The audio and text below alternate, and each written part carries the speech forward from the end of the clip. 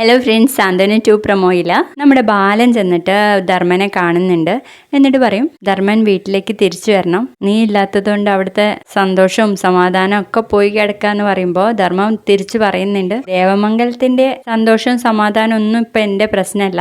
കൃഷ്ണമംഗലത്തെ ഇപ്പൊ എനിക്ക് നല്ലൊരു ജീവിതമാണ്, എന്റെ ഏട്ടന്മാരുടെ കൂടെയുള്ള ജീവിതം എന്നൊക്കെ പറയുമ്പോൾ നമ്മുടെ ബാലന് ഭയങ്കര വിഷമാവുന്നുണ്ട് കേട്ടോ. ആദ്യം ആരാണ് ആ പണം മോഷ്ടിച്ചെന്ന് അറിയട്ടെ, എന്നിട്ട് മതി ഞാൻ ദേവമംഗലത്തിലേക്ക് വരണോ അതോ കൃഷ്ണമംഗലത്ത് തന്നെ നിൽക്കണോന്ന് ഞാൻ ആലോചിക്കാൻ എന്നൊക്കെ പറഞ്ഞിട്ട് ധർമ്മൻ അങ്ങ് പോകുക കേട്ടോ. ധർമ്മന്റെ ഈ വാക്കുകൾ നമ്മുടെ ബാലന് ഭയങ്കരമായിട്ട് വിഷമം ഉണ്ടാക്കുന്നുണ്ട്.